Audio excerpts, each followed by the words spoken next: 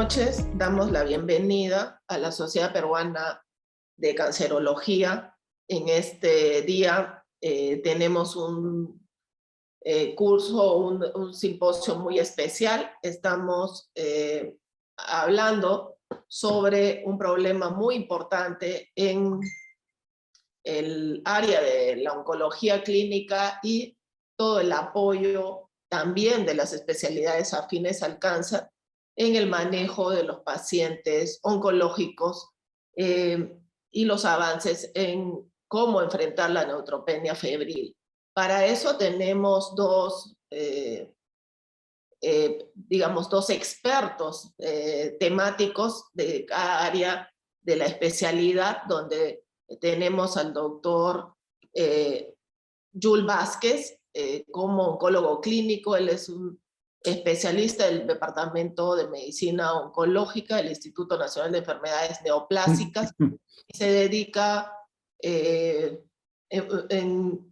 forma principal a la tarea de los pacientes con leucemias agudas, todas las neoplasias hematológicas, y es un experto no solamente nacional, sino internacional. También tenemos al doctor Luis Cuéllar. Él es un experimentado infectólogo, uno de los mejores infectólogos relacionados a la oncología.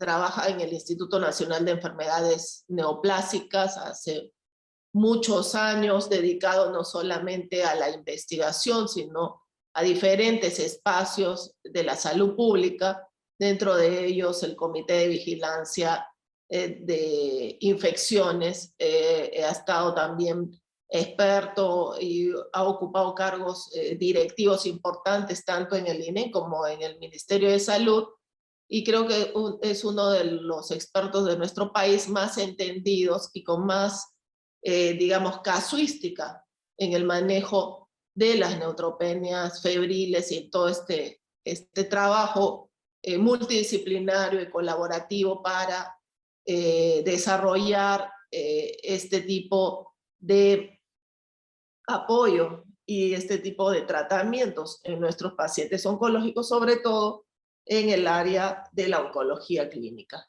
Doctores, bienvenidos y un gusto tenerlos en la actividad académica de educación médica continua de la Sociedad Peruana de Cancerología. Bienvenidos a toda la audiencia el día de hoy. Empezamos con el doctor Jules Vázquez. Por favor, Jules, adelante. Doctora Villarreal, buenas noches. Doctor Cuéllar, buenas noches. Muchas gracias a la Sociedad Peruana de Cancerología por la invitación. Entonces, voy a empezar compartiendo mi diapositiva. Por favor, ¿me pueden confirmar si se puede ver? Perfecto.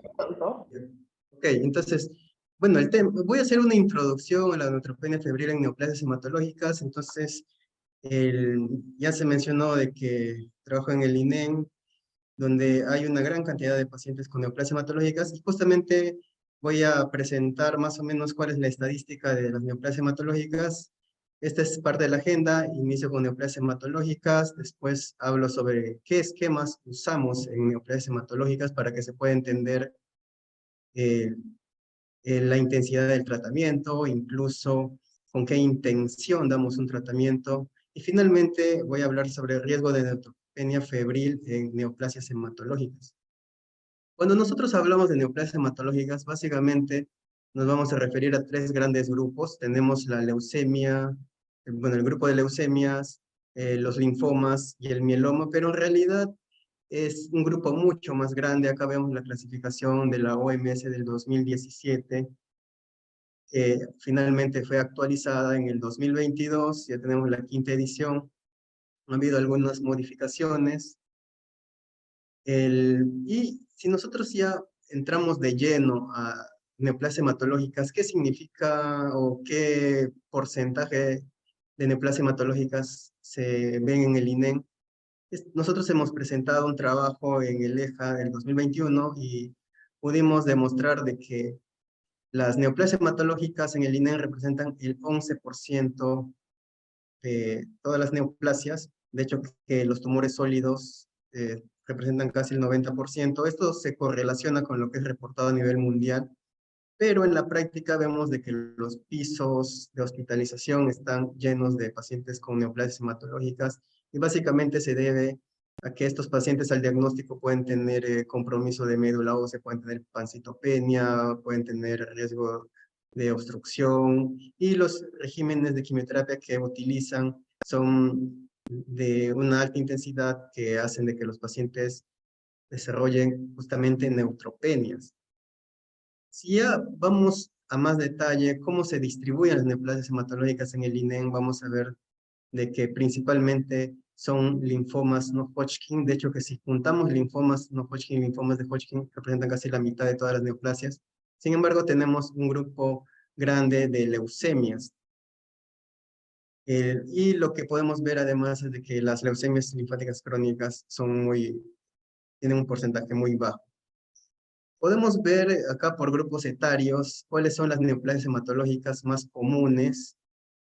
Sabemos de que, por ejemplo, en el caso de la leucemia linfoblástica aguda, se puede dar más en niños, en pacientes adolescentes, y también se podrían dar, pero en una menor proporción, en pacientes adultos o adultos mayores. Acá podemos ver también cómo va la distribución de los linfomas no Hodgkin, de las LMAs. Entonces, con esto ya podemos poner en contexto cuántos pacientes, qué porcentaje de pacientes representan las neoplasias hematológicas en el INEM. Podemos ver ya con más detalle el grupo etario de pacientes diagnosticados con leucemia linfoblástica aguda del 2000 al 2018. Vemos de que hasta los 14 años estos pacientes representan el 56% y entre 15 y 39 años, que es el grupo de adolescentes y adultos jóvenes, representan el 30%. De hecho, que en el piso de adolescentes del INEM vemos de que estas camas están bastante llenas, a pesar de ser un grupo pequeño que no comparte con adultos.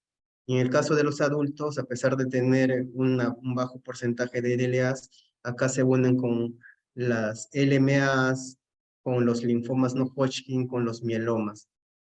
Entonces, voy a tomar como ejemplo la LLA para ver cómo vamos a enfocar a nuestros pacientes. El objetivo del tratamiento de un paciente con LLA pueden ser dos tipos, probablemente curación si es un paciente joven, pero si es un paciente de edad avanzada probablemente va a ser paliación. Y de eso va a depender qué tipo de tratamiento nosotros elijamos. El tipo de tratamiento se va a dividir de acuerdo si este paciente tiene, por ejemplo, Filadelfia positivo o negativo, se va a dividir de acuerdo al objetivo del tratamiento, de acuerdo a la edad. Hay protocolos específicos para grupos etarios. Y acá de manera breve vamos a ver cuáles son las partes del tratamiento de un paciente con LLA. Vamos a iniciar con inducción. Si el paciente responde, pasa una consolidación. Paralelamente recibe profilaxis del sistema nervioso central, pasa una intensificación. Finalmente pasa un mantenimiento y podría pasar un trasplante de médula ósea si es un paciente de alto riesgo.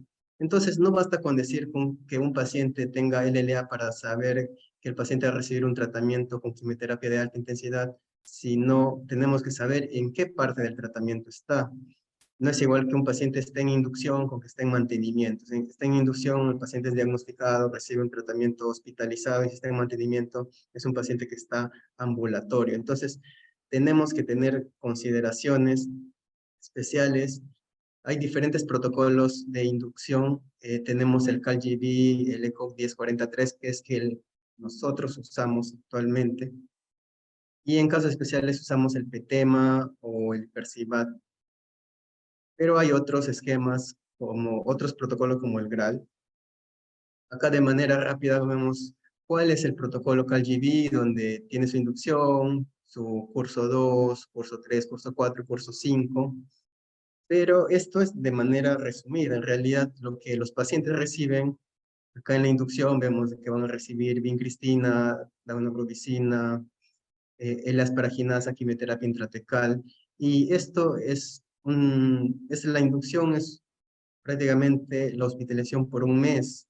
Entonces, También va a ser importante saber en qué momento el paciente podría desarrollar neutropenia.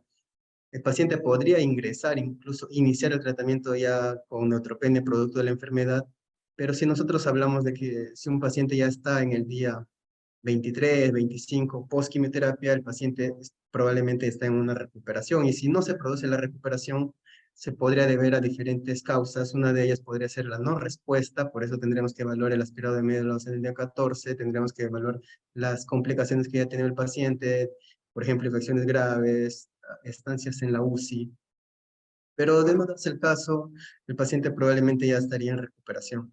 Una vez que el paciente sale de alta, pasa a consolidación. Esto es lo que nosotros damos de manera ambulatoria, consolidamos con ARA-C, mercaptopurina, quimioterapia intratecal, ciclofosfamida.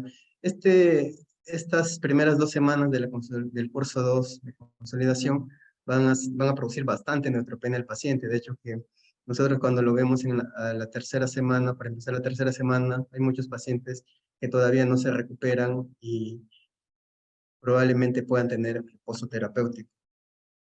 Y seguimos con el curso 2, es un curso donde se da el tratamiento por 56 días, después pasamos al curso 3, que es el mantenimiento, que es el CAPICI, donde los pacientes reciben metotrexate a dosis escalada.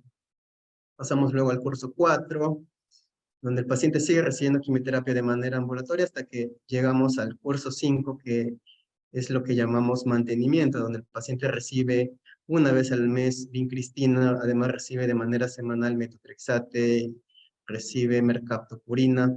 Es probable que ya estando en mantenimiento el paciente raramente va a desarrollar neutropenia. Si el paciente no desarrolló neutropenia y de pronto aparece neutropenia, tendríamos que valorar la posibilidad de una recaída incluso. Entonces, eso es todo lo que damos. Hay otros esquemas, tenemos el hipercibat, tenemos el ciclo A, el ciclo B. Es importante determinar con qué ciclo vamos a iniciar. Y cada uno de ellos tiene ciertas características. Por ejemplo, en el ciclo A vamos a dar ciclofosfamida, doxorubicina, vincristina. Y en el ciclo B vamos a dar metotrexate y citarabina. Se podría incluir o no incluir rituximab, de hecho que las guías recomiendan que se incluya. En el INEM habitualmente no lo hacemos. Hay otros protocolos, tenemos el protocolo PETEMA, que básicamente lo que se ve en estos protocolos es de que el uso de la poliquimioterapia, es decir, un paciente con LLA no va a recibir solamente un medicamento. Si es que estamos hablando de un paciente joven con la intención de llevarle a una remisión completa, va a ser una combinación de medicamentos. Tenemos vincristina, dauno, prednisona, L-esparginasa. Prácticamente es como en algún momento se ha hecho una comparación de tratar a una LLA como un paciente con una tuberculosis multidrogo resistente, donde vamos a tener que dar diferentes medicamentos para poder atacar a la célula tumoral en diferentes fases del ciclo celular. Y todo esto va a incluir también quimioterapia intratecal. Una vez que hemos pasado a la inducción, vamos a continuar con la consolidación, si es que el paciente ha respondido. Acá también tenemos diferentes quimioterapias, metotrexate dosis altas, vincristina. Si hablamos en términos de intensidad, una consolidación va a ser menos intensiva, va a producir menos toxicidad hematológica que una inducción, pero es importante saber de que estos pacientes podrían tener neutropenia y complicarse. Ya tenemos, bueno, un esquema de PETEMA que ya está estandarizado. Esto es la consolidación de alto riesgo del 2011, consolidación 3. Cada uno tiene medicamentos diferentes. Todo eso está protocolizado. En realidad, todos estos protocolos ya han sido aprobados previos ensayos clínicos, entonces uno sabe más o menos cuándo modificar dosis, cuándo hacer evaluaciones, cómo manejar toxicidades. Si hablamos de leucemia amiloide aguda, vamos a hablar que los pacientes van a recibir inducción de 3+7, van a recibir dauno, citarabina, y si responden pasan a consolidaciones con ARAS altas dosis. Si hablamos en términos de intensidad del tratamiento, la inducción siempre va a ser más, va a producir mayor toxicidad hematológica que una consolidación. Después pasamos al tratamiento de rescate. Vamos a hablar por temas de tiempo, de manera combinada, LLA, LMA, tenemos el tratamiento de rescate con el régimen HAM, con IDAFLAC, NITOFLAC, la parabina para LLA y Percivat aumentado para LLA. Y ya está disponible en el Perú otros tipos de anticuerpos como el blinatumomab, y todavía no tenemos el inotuzumab. Acá, para ver un poco en detalle cómo damos el FLAC-IDA, que es fludarabina, araceida, rubicina y FEC. Podemos dar tanto en pacientes con LLA como LMA.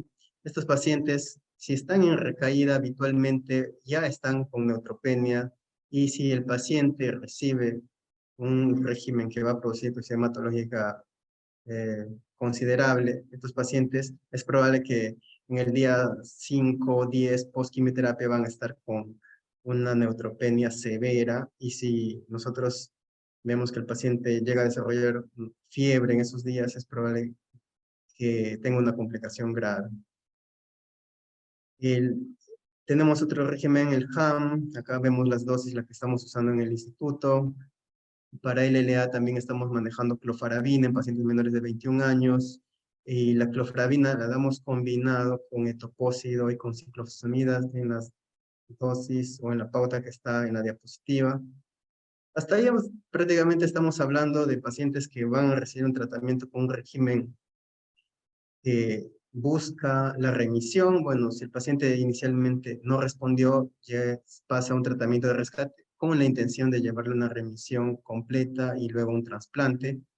Pero hay pacientes que podrían ya estar, no haber respondido al rescate y pasan a un tratamiento paliativo, o de repente desde el inicio, por la edad, por comorbilidades, no eran tributarios de tratamiento intensivo, entonces pasan a regímenes de menor intensidad. Tenemos el minicibat, tenemos ciclofosfamida topósido, y si hablamos de LLA, el más conocido es vincristina prednisona, las dosis que tenemos en la diapositiva. Pero hasta ahí hemos hablado de leucemias, LLA, LMA, también tenemos linfomas. El linfoma de Hodgkin específicamente reciben ABVD, acá tenemos las dosis, las toxicidades que pueden presentarse. Una vez que hemos pasado del tratamiento de primera línea en pacientes con linfoma de Hodgkin, vamos a pasar a tratamiento de rescate. Sabemos que va a haber un grupo de pacientes que no van a responder a la ABVD, y hay diferentes regímenes de quimioterapia. Tenemos el ICE, bueno, acá podemos ver dosis. Sé que probablemente muchos de los participantes no estén muy familiarizados con las abreviaturas, entonces podemos ver qué significa cada una de ellas. ICE de ifosfamida, C de carboplatino y E de topósido en los días que están indicados. Hay régimen ambulatorio y hospitalizado. Vemos toxicidades, vemos cuándo podemos hacer modificación de dosis, lo mismo para el ESHAP. Podemos dar ambulatorio, podemos dar hospitalizado, tenemos modificación de dosis, toxicidades, tenemos el régimen GDP, que es gemcitabina, dexametasona, cisplatino, Gemox, que es gemcitabina, oxaliplatino. Y hasta ahí hemos hablado de diferentes esquemas. De hecho, que no he llegado a tocar el 100% de los esquemas, son mucho más. Por temas de tiempo se ha tocado los más importantes. Entonces pasamos a la parte de riesgo de neutropenia febril según esquema de quimioterapia. Vamos a ver de que vamos a dividirlos en tres: los que tienen bajo riesgo de neutropenia febril, que es menos del 10%, intermedio del 10 al 20% y alto más del 20%. Las guías de la NCCN no están enfocadas directamente en neoplasias hematológicas. Acá vemos las diferentes neoplasias. Si hablamos específicamente de neoplasias hematológicas, vamos a ver que en linfomas no Hodgkin, los esquemas que tienen un riesgo intermedio de producir neutropenia febril, está el CHO, está el GDP, que es gemcitabina, dexametasona, cisplatino, tenemos la bendamustina. Y si hablamos de esquemas que pueden producir un alto riesgo de neutropenia febril, es decir, más del 20%, acá sí vamos a tener los pacientes con LLA. Ya abondé bastante en eso, pero ya sabemos de que no solamente depende con que sea LLA, sino depende en qué momento del tratamiento esté, si está en inducción, consolidación, si está en mantenimiento. Para el linfoma de Hodgkin hay esquemas que pueden producir más riesgo de neutropenia febril. Tenemos la combinación de brentuximab, que es un anticuerpo monoclonal anti-CD30, combinado con ABD, el BACOP escalado. Si hablamos de mieloma múltiple, vamos a ver de que los pacientes que reciben DT-PASE, BT-PASE, van a tener mayor neutropenia, producto de que estos pacientes reciben quimioterapia en infusión. Entonces, los pacientes terminando la infusión ya están con neutropenia y es probable de que desarrollen neutropenias febriles, incluso necesiten transfusión de plaquetas o transfusión de glóbulos rojos. Hay otros regímenes que también pueden producir un riesgo elevado de neutropenia febril, que también se da en el linfoma no Hodgkin. Tenemos el Ipercibat, por ejemplo. Para el linfoma de Burkitt tenemos el ESHAP, tenemos el DAP, el MINE, el CHOP o el CHOP14, el DAEPOCH. Y como vamos a ver más adelante, no solamente es el esquema, sino también es el tipo de paciente, los factores de riesgo de los pacientes que van a determinar por qué uno tiene más neutropenia que otro. Entonces vamos a hacer una evaluación de los factores de riesgo para neutropenia febril y nos vamos a basar en tipo de neoplasia hematológica, si es una leucemia, si es un linfoma, si es un mieloma, si es un régimen, qué tipo de régimen de quimioterapia es, si es de alta intensidad, de baja intensidad, si es poliquimioterapia, si es monoterapia, factores de riesgo del paciente y cuál es la intención del tratamiento del paciente. Si un paciente recibe un tratamiento a título curativo, probablemente va a tener un esquema que va a producir mayor toxicidad hematológica. Y un paciente que recibe un tratamiento paliativo probablemente no va a recibir un tratamiento a una intensidad menor, porque probablemente si uno diera un tratamiento con una intensidad mayor, podría producir una toxicidad grave que podría producir el fallecimiento del paciente.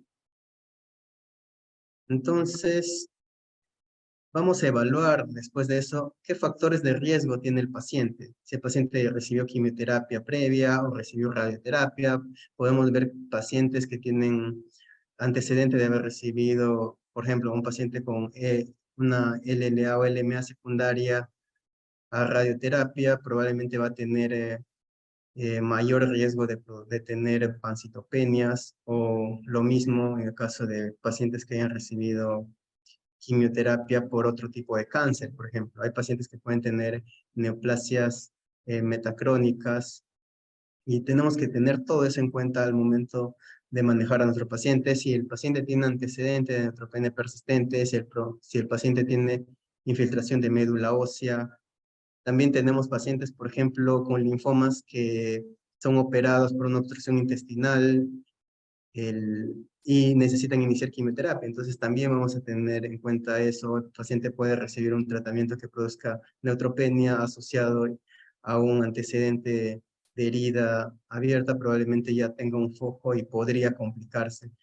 Los pacientes podrían iniciar, antes de iniciar el tratamiento, producto del linfoma o producto de la neoplasia hematológica, tener difusión hepática, tener disfunción renal. Y también vamos a ver de que van a tener más complicaciones los pacientes mayores de 65 años. Entonces, para concluir, vemos que las neoplasias hematológicas representan un grupo pequeño de todas las neoplasias malignas. Las neoplasias hematológicas reciben QT de alta intensidad y generalmente reciben a un título curativo, y hay diferentes factores que pueden influir en el riesgo de desarrollar neutropenia febril en los pacientes con neoplasias hematológicas. Bueno, y esta es mi última diapositiva. Gracias por su atención. Las preguntas me imagino que serán para el final. Doy pase al doctor Cuellar.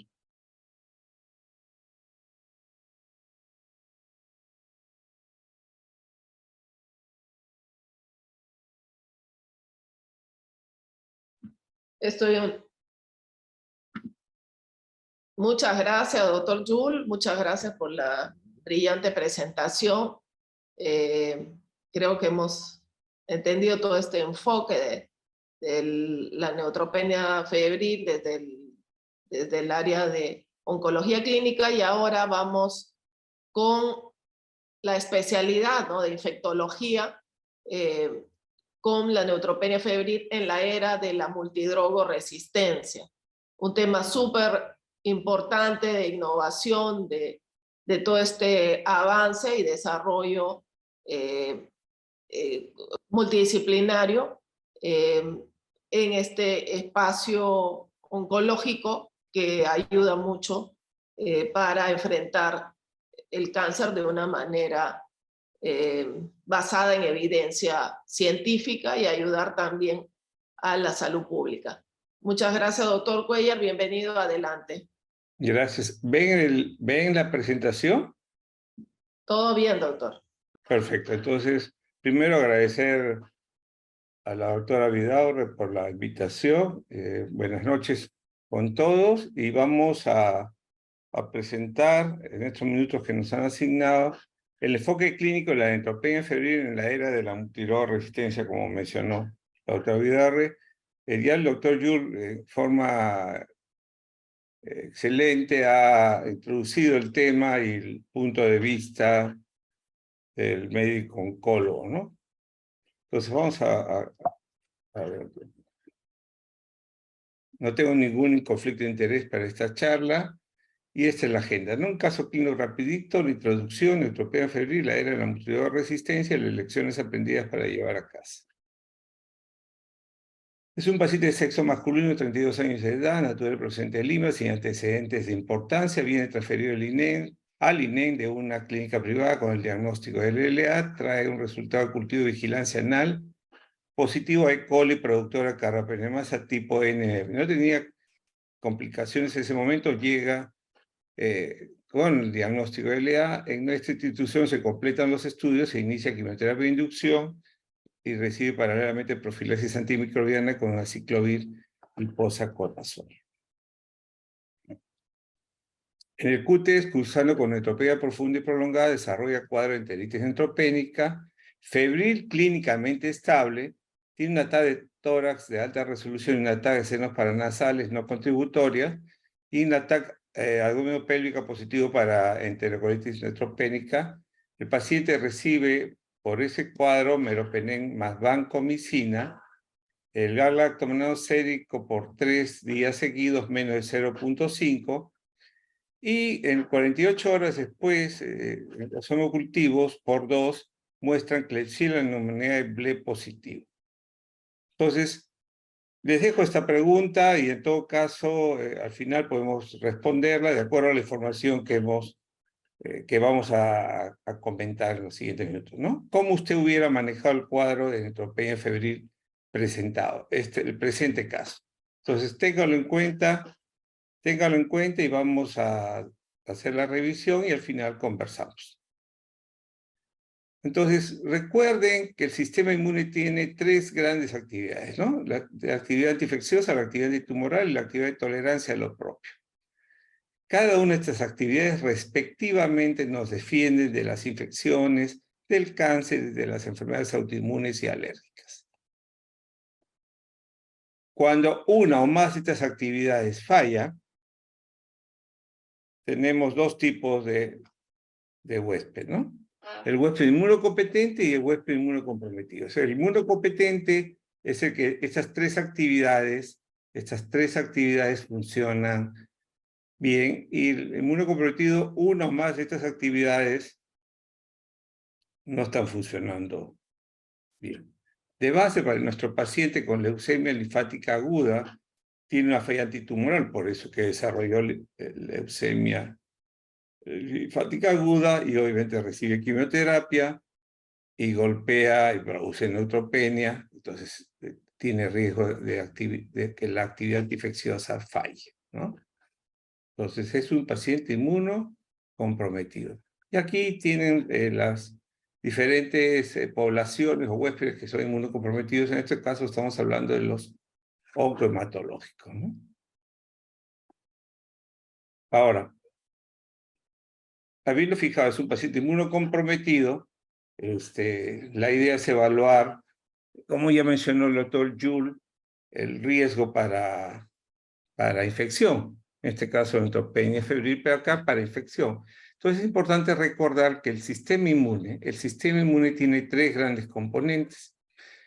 el componente fagocitario, el componente humoral y el componente celular. Cada uno de esos componentes tiene un representante celular, ya sea el neutrófilo, ya sea el linfocito B o el linfocito T4 respectivamente, y cada uno de estos componentes controla determinados tipos de agentes infecciosos, de tal manera que si nosotros sabemos qué tipo de huéspedes y qué tipo de compromiso de inmunidad o componente inmunitario está fallando, nosotros podemos adelantarnos y asumir potenciales agentes infecciosos que pudieran estar afectando a ese paciente. Si está en neutropenia, potenciales agentes causantes de la neutropenia febril. En este caso, neutropenia serían las bacterias extracelulares no capsuladas y hongos tipo Levauriformis y filamentosos. Entonces, cuando uno tiene deficiencias inmunes, tiene deficiencia fagocitaria, humoral y celular, ¿no es cierto? La fagocitaria sería la neutropenia, la humoral a gamma y posgamma globulinemia, y la deficiencia celular sería la linfopenia T4. Solamente para recordar que el sistema inmune es uno solo, que los que mandan son los linfocitos T, principalmente el linfocito T4, pero hacemos esa división para comprender que el componente fagocitario, que hemos dicho, bacterias extracelulares no capsuladas, hongos, levauriformes filamentosos, los humorales, microorganismos encapsulados, y los celulares, los intracelulares y extracelulares. Es decir, el sistema inmune es una maravilla y nos defiende y cubre todo el espectro antibacteriano o antimicrobiano. Fíjense que los pacientes trasplantados son el mejor ejemplo para entender cómo es esta relación de inmunidad e infección, ¿no? Los primeros 30 días de trasplantados predomina la neutropenia y son las bacterias extracelulares no capsuladas y los hongos filamentosos y levauriformes los causantes de la fiebre, de infecciones en estos pacientes. Después de 30 días, ya sea hasta 100 días y más de 100 días, hay depresión de inmunidad celular y humoral, de tal manera que aparecerán los microorganismos intracelulares y los microorganismos encapsulados relacionados con la deficiencia inmune en su momento. Hay factores no inmunes que también se relacionan. O sea, yo tengo un paciente que recibe quimio, hace neutropenia, tiene riesgo de infección por la neutropenia, pero también hay factores epidemiológicos, ¿no es cierto?, factores de riesgo, predisponentes, condicionantes, de dónde nació, de dónde procede, residencia, ¿no es cierto?, qué edad tiene, estilo de vida, hábitos nocivos, terapias, procedimientos, estado nutricional, etcétera, viajes. Entonces, todo eso hay que preguntar y completar la historia del paciente para hacernos una idea de los riesgos de exposiciones a agentes infecciosos que pudieran complicar al paciente durante su tratamiento. Por lo tanto, el tipo de agente infeccioso responsable de infección en el inmunocomprometido dependerá del tipo de inmunocompromiso, el tratamiento impartido y el aspecto epidemiológico que acabamos de hablar. Entonces, entramos a neutropenia febril. Neutropenia, ¿qué significa? Riesgo de infección. La neutropenia severa, que estamos hablando de menos de 500 polímeros moleculares por milímetro cúbico, cuando tiene fiebre, eso es infección hasta que se demuestre lo contrario, porque se considera que el 60% más de las veces, obviamente, esa fiebre es producto de un agente infeccioso. Y cuando tenemos neutropenia profunda, que es menos de 100 polímeros neutrófilos por milímetro cúbico, con fiebre, 20% más de las veces el bicho ya está en sangre. Entonces, a medida que nosotros tengamos una neutropenia más profunda, más severa, obviamente, el agente infeccioso avanzará. Recuerden que los neutrófilos son la primera línea de defensa. Si no hay neutrófilos, los agentes infecciosos se meten como su casa. Entonces, si neutropenia es riesgo de infección, neutropenia febril es infección. ¿Con qué otros nombres se le conoce en la neutropenia febril? Sepsis en neutropenia, ¿no es cierto? Estas neutropenias pueden ser cortas o prolongadas. Entonces, las cortas duran menos de 7 días y las prolongadas más de 7 días, 7 o más días. Entonces, estas últimas son las más peligrosas porque más tiempo neutropénico, mayor riesgo de desarrollar infección.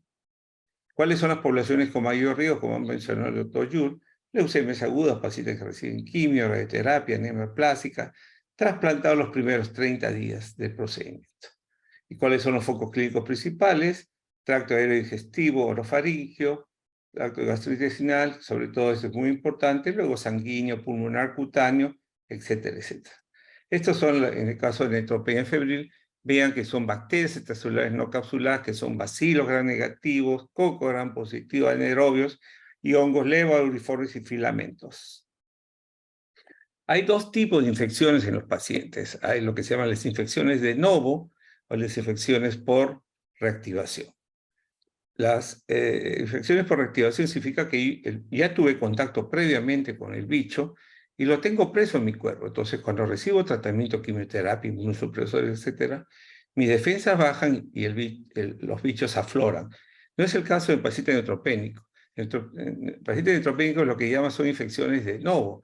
Son infecciones que las adquiero durante mi tratamiento, durante mi hospitalización, y son infecciones recientes que al tener contacto con mi organismo golpeado por los tratamientos, pues hacen de la suya. No hay primera línea, no hay primera línea. Los episodios febriles en neutropenia es lo que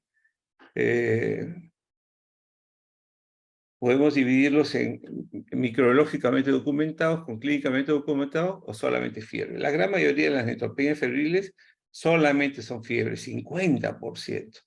Y si tengo clínicamente documentados que incluye ahí las imágenes, son 70%, ¿no? 50 más 20. Y solamente tenemos 30% de estas neutropenias febriles que son documentadas, ya sea con bicho en sangre o en otras partes. Con la tecnología moderna, este 30% puede llegar a 50%. Entonces, cada vez podemos identificar los agentes infecciosos producto de las neutropenias febriles. Por eso es que es importante que nuestras instituciones tengamos la mejor tecnología para la identificación de los microorganismos causantes de este cuadro. Los hemocultivos, fíjense que los hemocultivos, ya este concepto de hemocultivos por 3 ya no es, ahora son hemocultivos por 2 sets. 2 sets, ¿qué significa? Cada set contiene un frasco, cada set contiene 2 frascos, un frasco para aerobio y un frasco para anaerobio. Digamos, quiere decir que serían 4 frascos, pues, brazo derecho y brazo izquierdo. En brazo derecho una jeringa de 20 centímetros, sacamos 20 centímetros y ponemos 10 centímetros cúbicos, primero en el frasco anaerobio y luego 10 centímetros en el frasco para aerobio. Igualito en el lado izquierdo. Y si yo tengo un catéter venoso central, yo debería, digamos, si yo tengo el catéter en el derecho, mantengo mis 2 cultivos periféricos y los otros 2 los tomo del catéter venoso central. ¿Qué pasa si tiene más de un lumen? Pues idealmente tendría que ser cada lumen. O sea, fíjese la cantidad de sangre y la cantidad de cultivos. Bueno, tomaríamos del lumen que más se manipula. Entonces ya no es eso de hemocultivo por 2, por 3, sino son hemocultivos por 2 sets, ¿no es cierto? Y uno dice anaerobios, pero si los anaerobios no son tan importantes. Lo que pasa es que muchas de las bacterias que complican los bacilos, la neutropenia febril, son más que aerobios estrictos, son anaerobios facultativos. Entonces, muchas veces crece mejor en medio anaerobio. ¿Correcto? Luego tenemos las imágenes, las tomografías de alta tórax, de alta resolución, de abdomen, senos paranasales, etc. Y tenemos los biomarcadores, ¿no? De estos biomarcadores, los que más utilizados usamos procalcitonina, la proteína C reactiva y los galactobananos, en este caso para infecciones fúngicas invasoras tipo aspergillus. Entonces, ¿cuáles son las medidas de prevención? Las precauciones estándar y las profilaxis antimicrobianas, ¿no? Es importante que nosotros conozcamos la cadena de transmisión de las infecciones, apliquemos las precauciones estándar, la higiene de mano a la cabeza, las barreras, ¿no es cierto? Siempre recordar los 5 momentos de higiene en mano, ya sea el lavado convencional con agua y jabón o el alcohol gel. También tener los ambientes protegidos como los tenemos en la institución. Y estas son las profilaxis antimicrobianas que incluye antibiótico, antifúngico, neumocitis girovese, antiviral, antiparasitario, dependiendo de la condición clínica y del riesgo para determinados tipos de agentes infecciosos. Ahora, vamos directamente ya al tema, terapia antimicrobiana. ¿Es una emergencia oncológica? Sí, neutropenia febril es una emergencia oncológica. Más o menos 50% de los episodios de neutropenia febril son complicados por sepsis severa y choque séptico, requiriendo admisión a UCI, reportándose una mortalidad de 35 y 50% respectivamente. O sea, fíjense, o sea, no es que, ¿por qué tengo mala suerte que mi paciente se pone mal y necesita UCI?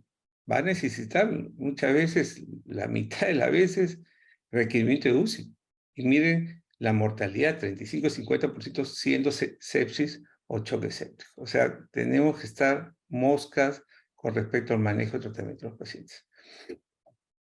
Hemos dicho que en neutropenia febril también se le conoce como sepsis neutropénico, ¿no es cierto? Sepsis neutropénica, por lo tanto se manejan criterios de sepsis, es decir, el uso el inicio de los antimicrobianos en la primera hora del diagnóstico de neutropenia febril. Estudios ya de muchos años decían que si uno se demoraba 24 horas en empezar antibióticos, se nos moría más del 50% de los pacientes, y si demoramos 48 horas, más del 80%. O sea que todo lo tenemos que hacer dentro de la primera hora, es importante. Ahora, esta terapia tiene que ser racionalizada, ya no es empírica, tiene que ser SIDA, pero con C, bactericida, fungicida, de vía intravenosa, puede ser monodroga o puede ser en combinación, pero sí sinérgica, ¿no es cierto? Tratar de sumar y potenciar la combinación de antibióticos cuando sea el caso.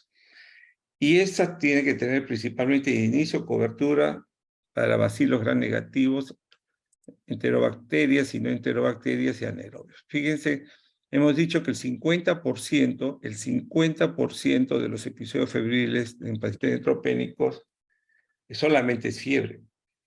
Cuando hay esta condición que solamente hay fiebre, se debe considerar como foco el tracto aerodigestivo. Es decir, el tracto aerodigestivo es considerado, entonces yo tengo que cubrir enterobacterias, no enterobacterias y anaerobios. Por eso es que cuando tenemos esos casos y el paciente no está chocado, nosotros utilizamos en la institución, por ejemplo, Piptazo, ¿no? Piperacina tazobactam. Entonces cubre los bacilos gram negativos enterobacterales y no enterobacterales y cubre anaerobios. No es necesario agregar metronidazol, solamente se agrega metronidazol en caso que haya sospecha de Clostridium difficile fuertemente. Y obviamente hay que conocer, tener nuestro mapa microbiológico y ver la sensibilidad de este antibiótico. En otras instituciones usan cefepime, ¿no? Cefalopamida de cuarta generación, pero ahí sí tienen que agregarle metronidazol porque cefepime no tiene actividad contra anaerobios. Entonces, eso es muy, muy importante. Y cuando está chocado, ya no usamos ni una ni otra de estas, sino ya entramos pues con meropenem, con imipenem, con la vancomicina, ¿no? Este es todo el armamentario antimicrobiano que utilizamos, antibióticos, antifúngicos, antivirales, desde las cepas menos resistentes hasta las cepas multidroga resistentes, extensamente resistentes, o cepas difíciles de tratamiento. Y esto es durante muchos años el concepto de tratamiento empírico que se viene utilizando, pero que cada vez se está tratando de modificar, y esto es lo que la literatura está planteando, ¿no? Esto es lo que se llama la estrategia add-on, que todos hemos aprendido, ¿no? Es decir, empezamos con una droga, sigue con fiebre, cambiamos otra droga, ¿no? Vamos sumando antibióticos. Entonces, este es el famoso add-on, ¿no? Por ejemplo, empezamos con Piptazo, después pasamos a carbapenémico mayor, meropenem, quitamos Piptazo, sigue con fiebre, paso vancomicina, y sigue con fiebre, paso antifúngico en ese caso, ¿no? ¿Ok? Entonces, la famosa estrategia add-on, sumamos. Y el concepto es mantener al paciente vivo, y esto es lo que ha logrado esta estrategia, ¿no? Mantener al paciente vivo mientras esté neutropénico y hasta que recupere sus defensas. Pero este sobreuso de antimicrobianos ha tenido consecuencias y tiene consecuencias. Los efectos adversos, las interacciones medicamentosas, la selección de microorganismos resistentes y un incremento en costos. Entonces, no es que no tengamos que dar antibióticos o antimicrobianos, sino que tenemos también que utilizarlos de una forma más racional, pero sin perder esa efectividad de mantener al paciente vivo, teniendo un menor impacto sobre la ecología. Entonces, se ha ido evaluando todo esto en el tiempo. Vamos a hablar.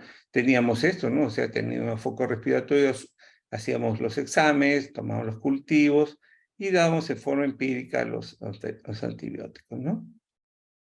Esto es lo que en el ENEN hemos hecho y seguimos haciendo, ¿no? Primer episodio febril, piptazo, no está chocado, continúa, le damos un carbapenémico mayor y en 48 horas, 72 horas pasamos a antifúngico sistémico.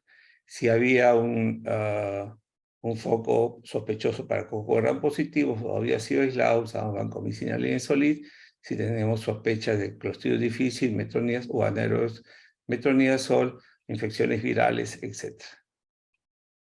A raíz de esta era de la multidrogoresistencia que vamos a comentar a continuación, fíjense que en 2017 la Organización Mundial de la Salud ha declarado una nueva epidemia, ¿no? Una nueva epidemia en el mundo, una nueva epidemia global, que es la resistencia antimicrobiana. Y entonces solicita pues que, porque no hay antibióticos, nadie produce, no es business. La industria está para drogas oncológicas, drogas psiquiátricas, pero antibióticos no. Y entonces, ¿con qué vamos a combatir? Y ahora los antibióticos son tremendamente caros que no todo el mundo tiene acceso, ¿no es cierto?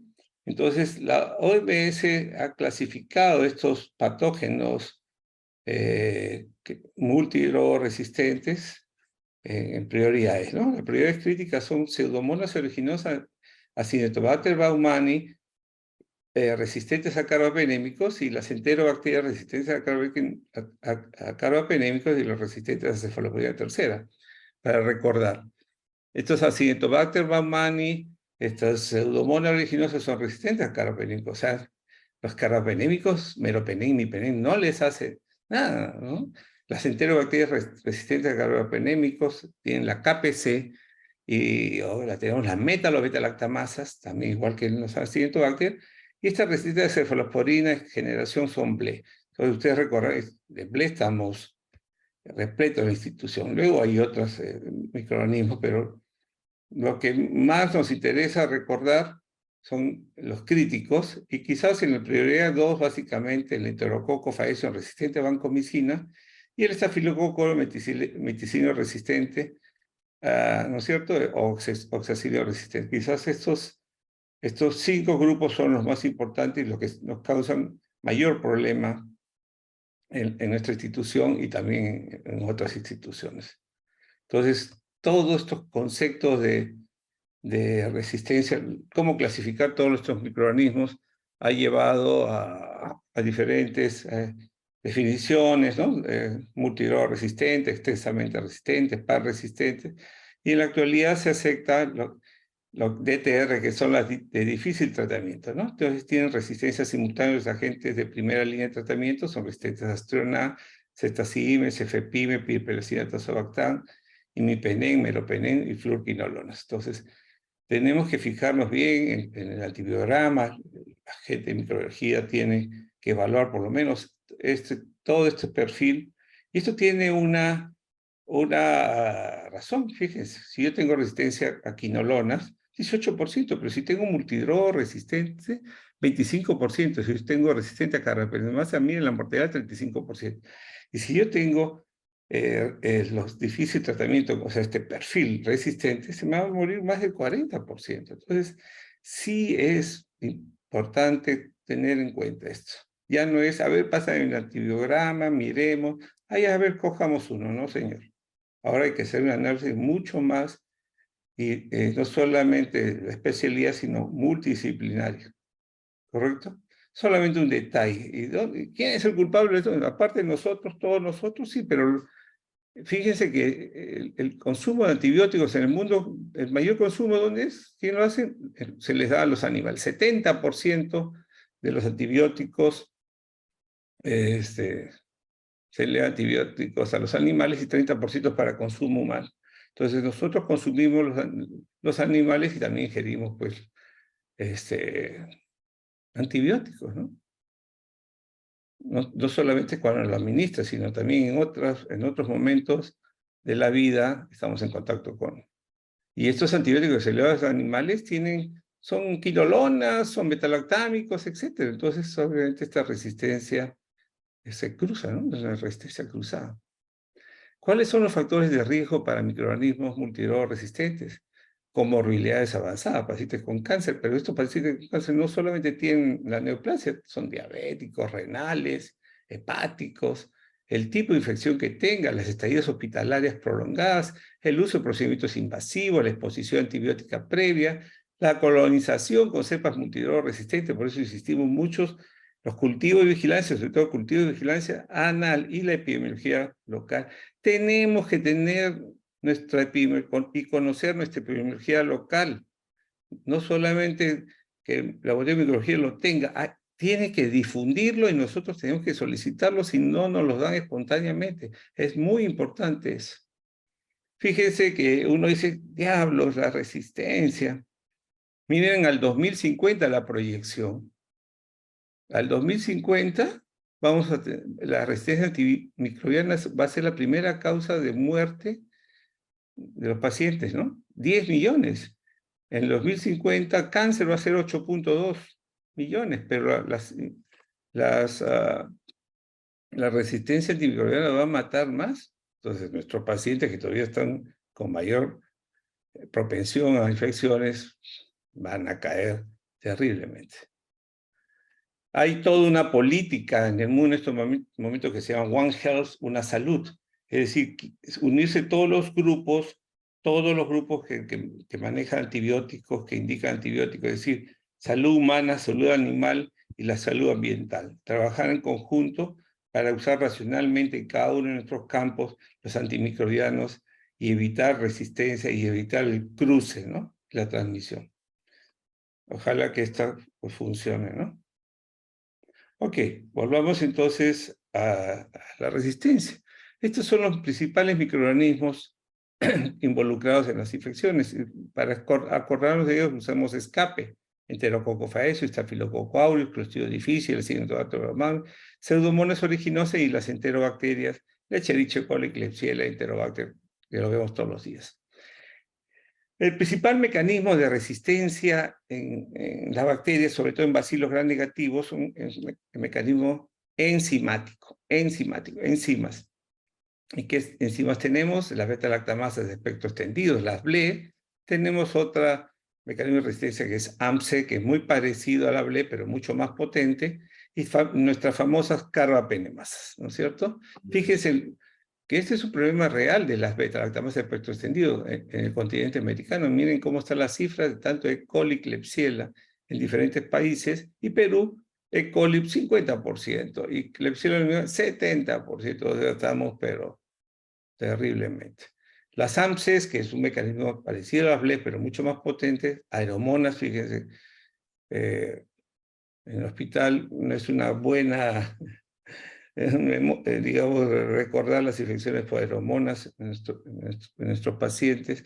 Morganella, Proteus, Citrobacter, Enterobacter producen AMSES también, ¿no es cierto? Y las famosas carbapenemasas. De ahí lo que tenemos que recorrer, sobre todo, que lo que vemos en el hospital, que son clase A, que es la KPC, y las metalobeta-lactamasas, ¿no? Que son NDM, BIN, y la clase D, OSA 48, que es lo que estamos viendo, ¿no? Entonces, en el hospital que vemos con gran frecuencia, NDM, vemos IMP, vemos BIN, o sea, las metalobeta-lactamasas, las OSA 48 y con menos frecuencia, pero esta es la KPC, ¿no? Esas son las carbapenemasas que son, que no podemos utilizar los carbapenémicos, no, destruyen los carbapenémicos, ¿no? Ese es un problema.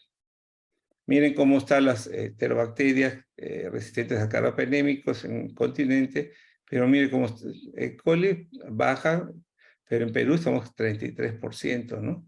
Y eso que probablemente, fíjese que los datos son en 2019. Correcto, la prevalencia de Pseudomonas multidroga resistente en Perú, 40%, y probablemente esa cifra está mucho más alta.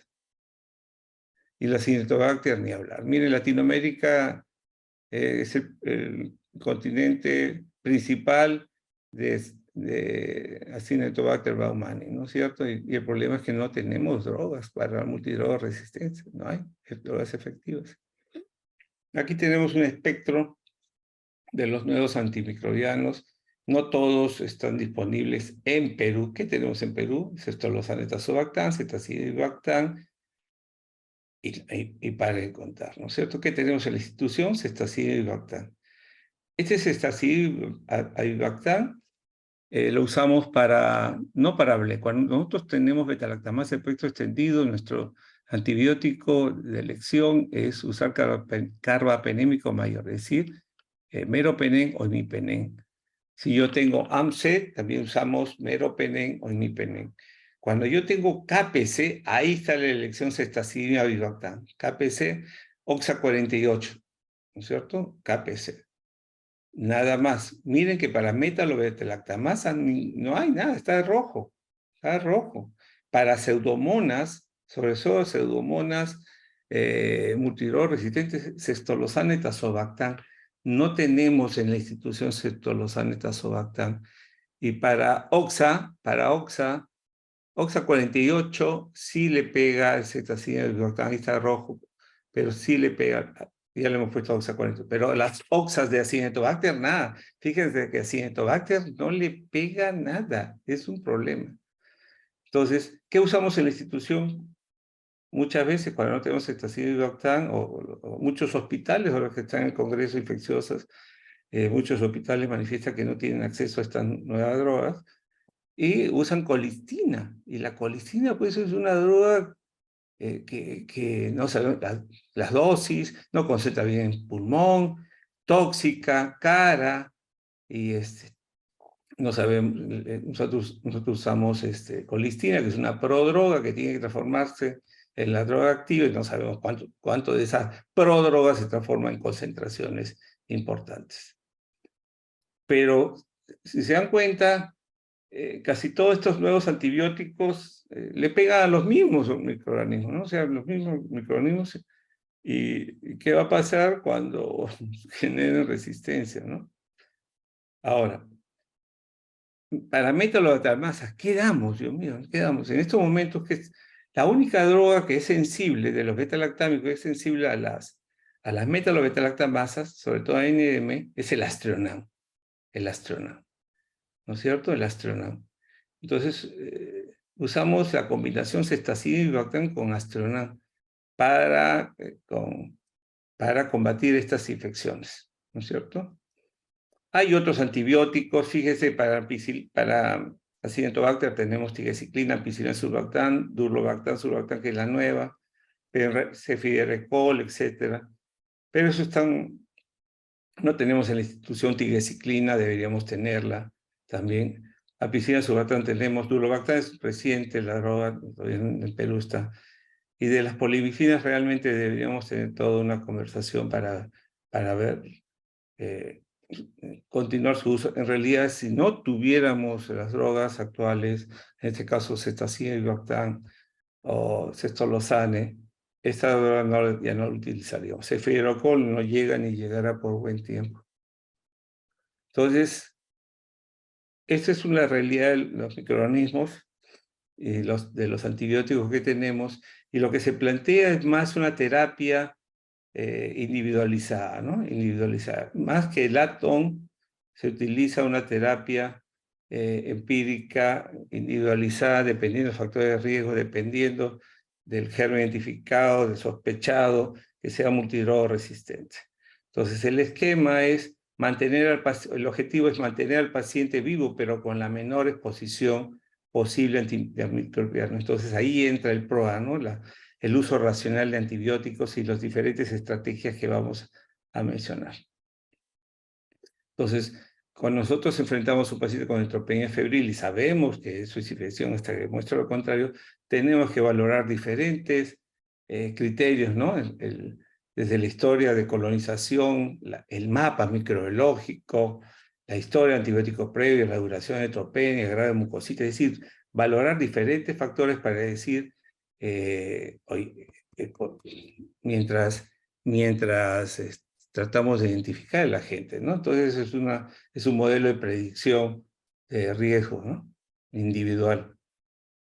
Entonces, ustedes pueden revisar en este artículo, el artículo de Marcio Nucci. Marcio Nucci es un hematólogo clínico brasileño que trabaja, famoso internacionalmente, trabaja mucho en infecciones hematológicas, y él plantea una serie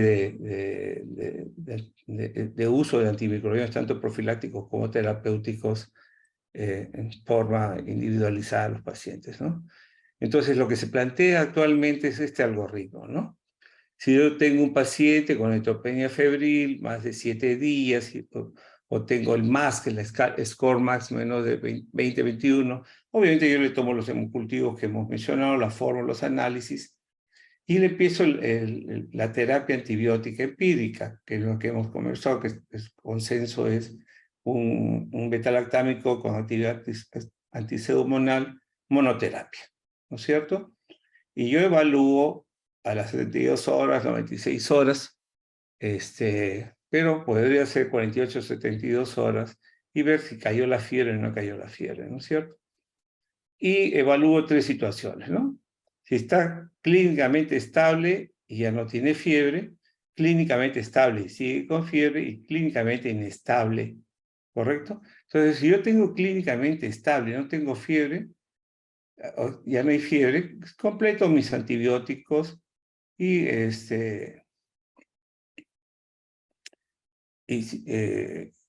completo 7 días, ¿no es cierto?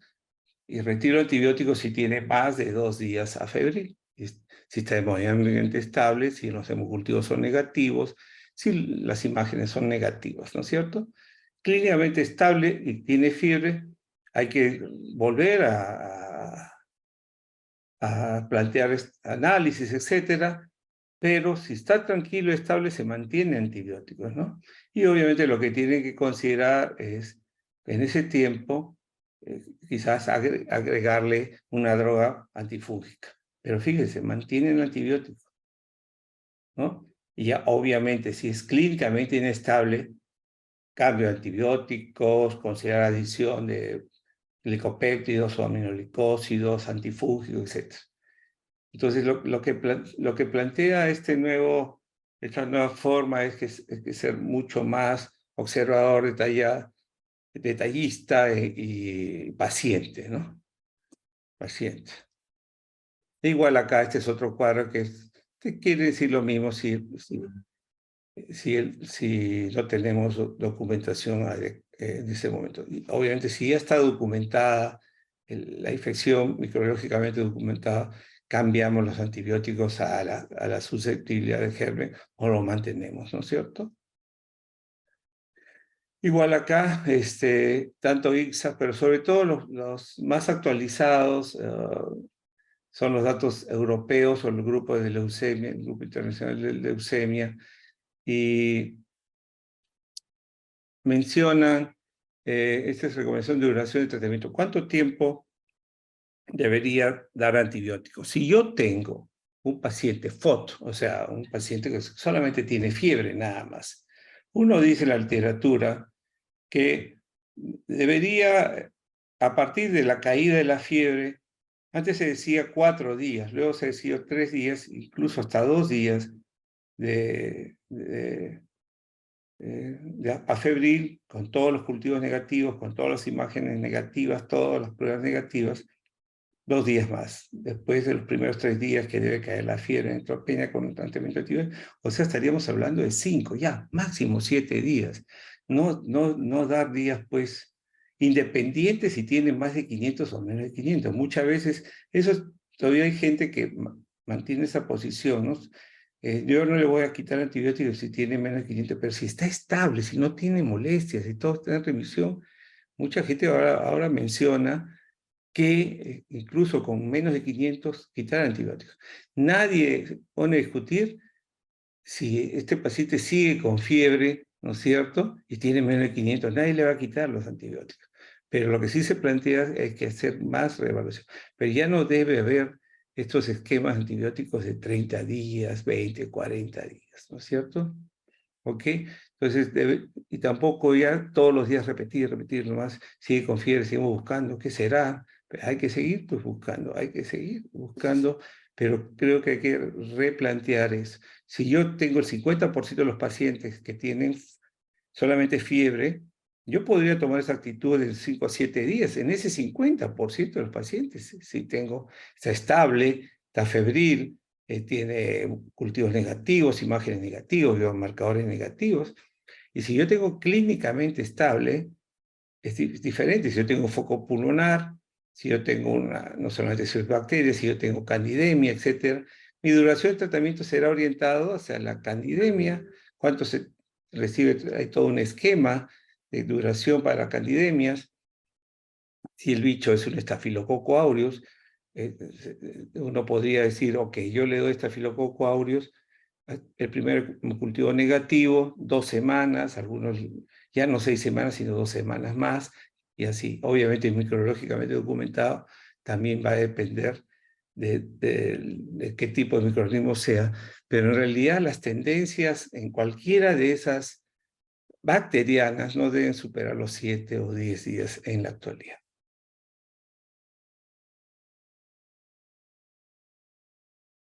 Ok, simplemente son estudios de duraciones de tratamiento que lo hemos estado hablando. Ahora, ¿qué pasa si yo tengo paciente? Ya estamos, faltan unos pocos, me dicen el tiempo, por favor, en todo caso. Ya estamos por terminar. El tratamiento empírico en pacientes colonizados por herpes multidor resistente, que es el caso que hemos presentado acá, ¿no es cierto? Que esto va a ser un motivo para que luego tengamos discusión al final de la charla. Entonces, el paciente está colonizado por una bacteria multidor resistente. Si no la tiene y hace fiebre, pues le daré mi esquema normal, ¿no? Piperacillina tazobactam, o si usan cefepime con metronidazol. Si yo tengo MARSA, sería mi piperacillina tazobactam y le daría vancomicina por la colonización. Eso habría que conversarlo. Si es vancomicino, si es enterococo vancomicino resistente, antipseudomonal, plantean eso, y oblé, le daría mi pen de frente, ¿no es cierto? Entonces, y la otra cosa que uno tiene que ver es, ok, yo tengo un paciente que está colonizado, pero no necesariamente va a ser la causa. Dicen que el 40% de la sepsis en pacientes colonizados por cepa multidrol resistente sería el causante de esa sepsis, 40%, pero hay un 60% que no.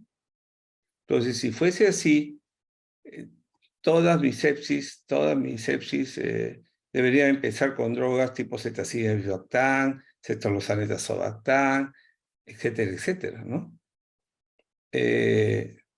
Justo en piso tenemos un paciente de ayer o anteayer que está colonizado por una E. coli NDM, pero crece en la sangre una Klebsiella blé. Entonces, qué problema, ¿no? ¿A quién le creo?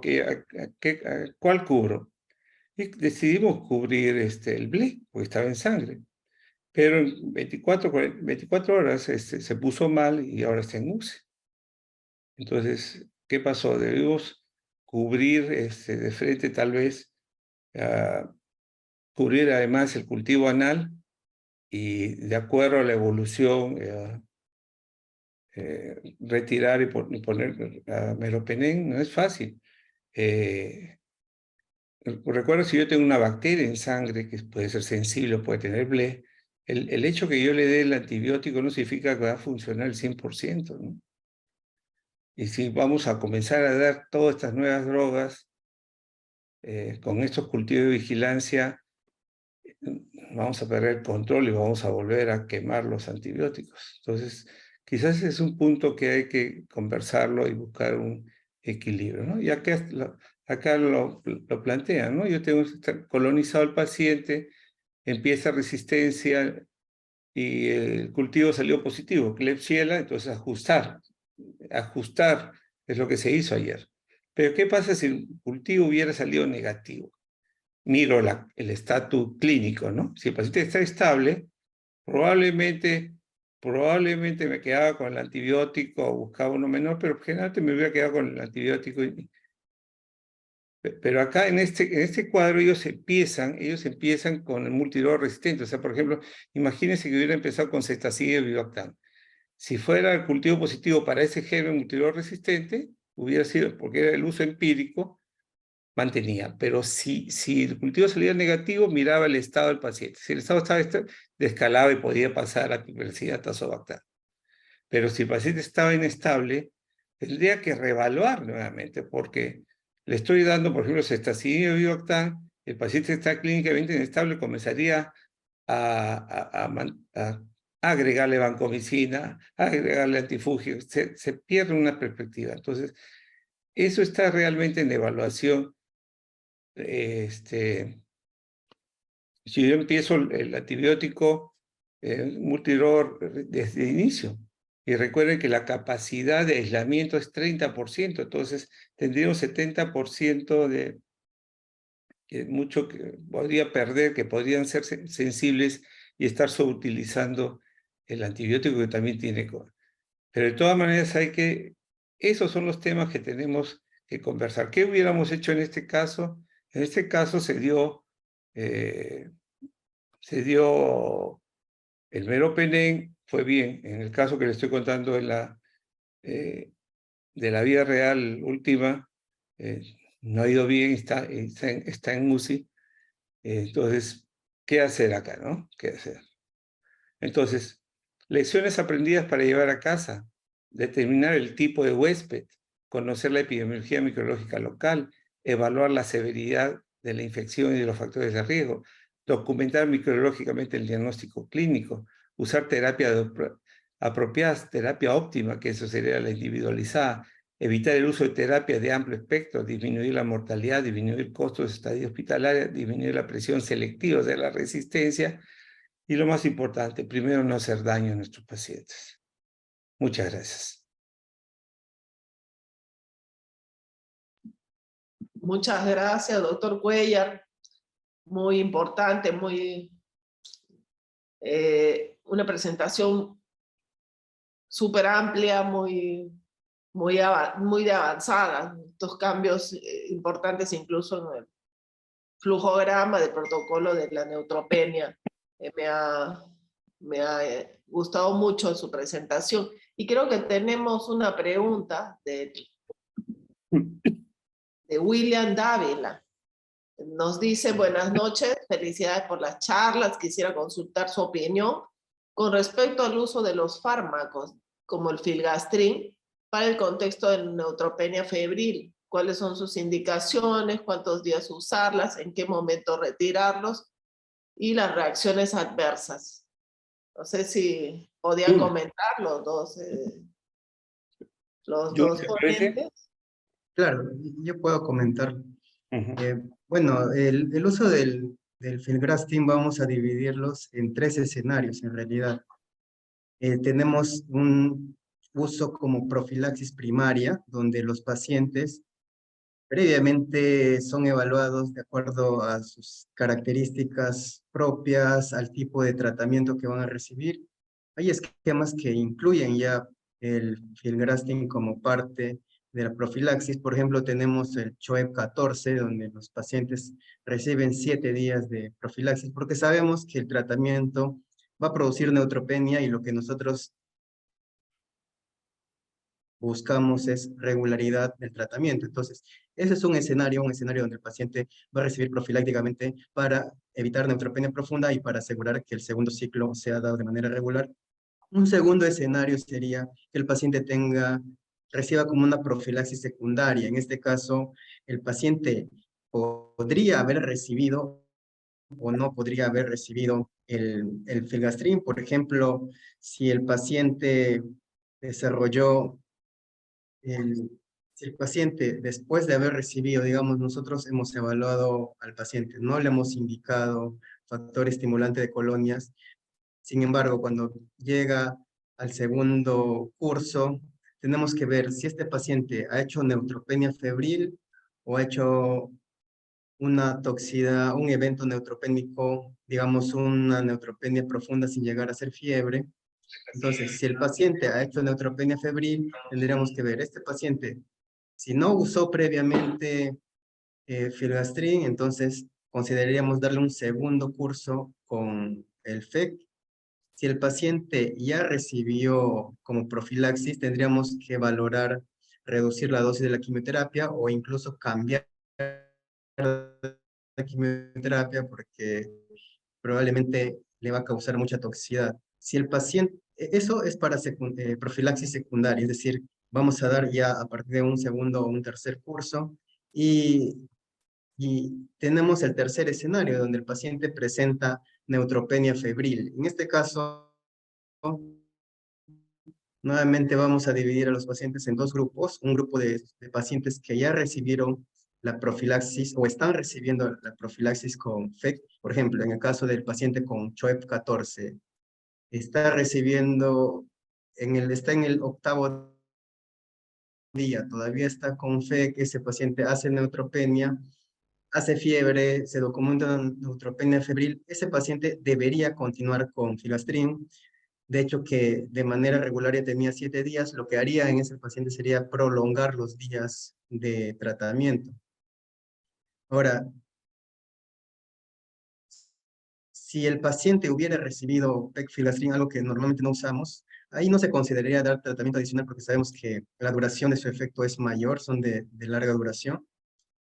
Y también tendríamos que ponernos en el otro escenario donde el paciente desarrolla neutropenia febril, pero no ha recibido previamente TEC. En ese caso, tenemos que ver si el paciente tiene factores de riesgo o no tiene factores de riesgo. Si el paciente tiene neutropenia febril, no ha recibido FEC, no tiene factores de riesgo, podríamos considerar no dar FEC. Tenemos que ver en qué día de quimioterapia está. No es igual que un paciente, por ejemplo, tenga 1000 neutrófilos estando en el QT3 con estar en el QT15, probablemente si está en el QT3 el nadir va a tener un mayor nadir y en el QT13 el paciente ya está saliendo, entonces va a depender mucho en qué momento esté. Hay algunos pacientes que no es, si nosotros creemos que el paciente va a salir de la neutropenia en 48 horas, solamente no indicamos FEC porque el tiempo de acción en realidad probablemente no se va a ver. Uno podría iniciar y creer que ha sido por efecto, pero en realidad ya se estaba recuperando. Si el paciente tiene neutropenia febril y no recibió la profilaxis y tiene factores de riesgo, tiene que iniciar FEC como parte del manejo. ¿Cuántos días? Ya bueno, los días depende mucho de si el paciente está todavía con neutropenia. Básicamente, una forma podría ser, si ya pasó el nadir, ya tiene más de 500 neutrófilos y se plantea que tiene una recuperación en las siguientes 24 horas, podría dejar de usarse. Dentro del RAM, básicamente los pacientes presentan dolor óseo, lo más común es que tengan dolor a nivel lumbosacro, y algunos pacientes podrían tener cefalea, pero en general los pacientes que tienen más síntomas probablemente son los que están con algún tipo de profilaxis. He tenido pacientes que ha sido necesario disminuir el día de PEC o si no, incluso hasta suspenderlos.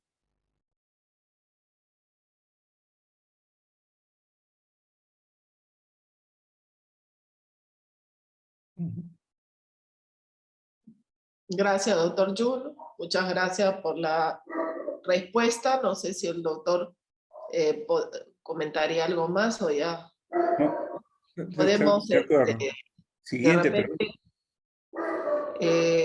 creo que hay otro comentario sobre profilaxis antimicótica y también si es que en los escenarios de cultivos, ¿no? ¿Cómo se maneja el tema de los cultivos?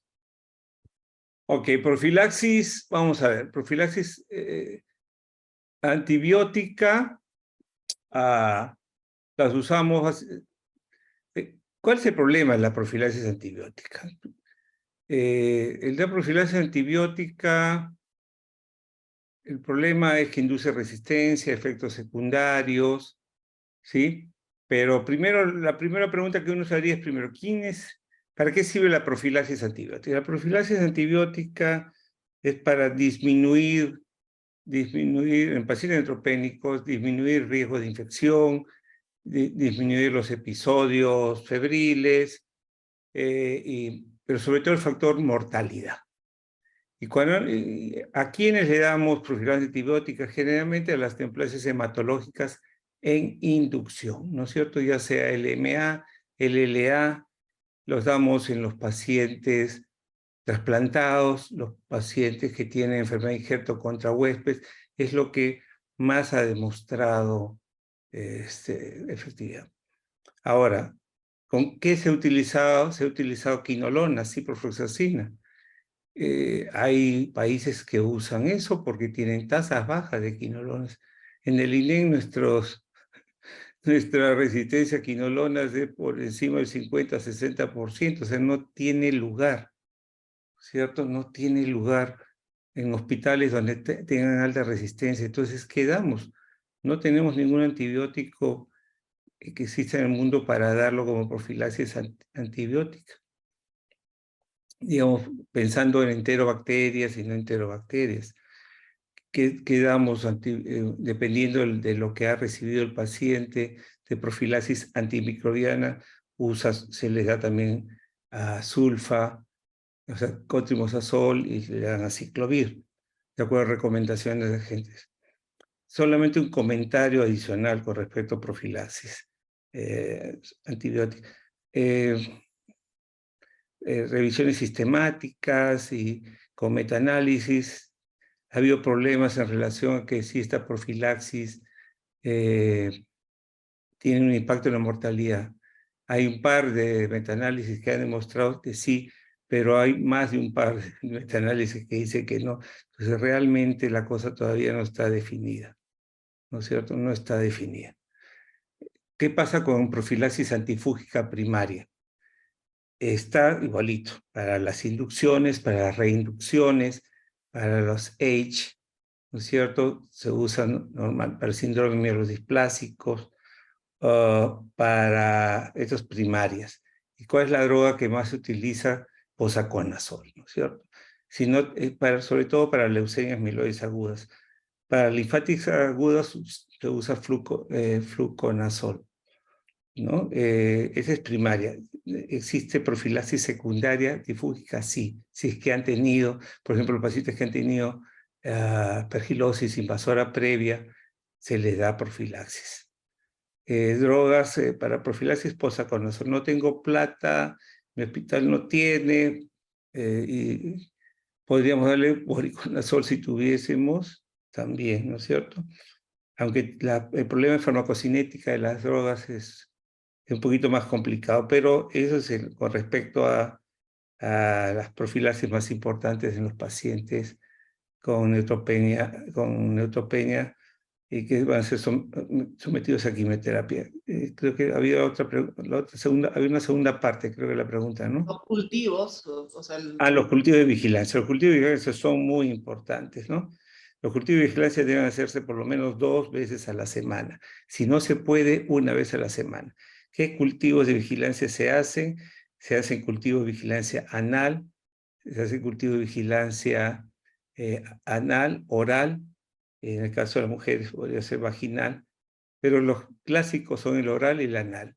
Y el anal es básico porque ya lo hemos visto durante la charla, es decir, los cultivos anales nos pueden indicar la colonización del tracto gastrointestinal, y en un paciente neutropénico febril que no encontramos nada, 50%, podría ser el orientador para dar la cobertura antibiótica. Ya hemos dicho que el 40% de los episodios de la sepsis en estas condiciones, en pacientes con neutropenia febril que no tienen foco, son los gérmenes que están en los cultivos de vigilancia. Entonces, eso es muy importante. No olvidar tomar cultivos de vigilancia. Si no pueden 2 veces a la semana, por lo menos semanal. Y todo paciente que ingresa al hospital tiene que tomar Si el laboratorio dice, no, que nos están llenando de caca, ¿no es cierto? Bueno, pues es parte del trabajo del laboratorio. Lo que tenemos que hacer es la seguridad del paciente y tener la máxima información para poder actuar óptimamente, terapia óptima, terapia individualizada, ¿no? Muchas gracias, doctor. Creo que hemos cubierto todas las preguntas.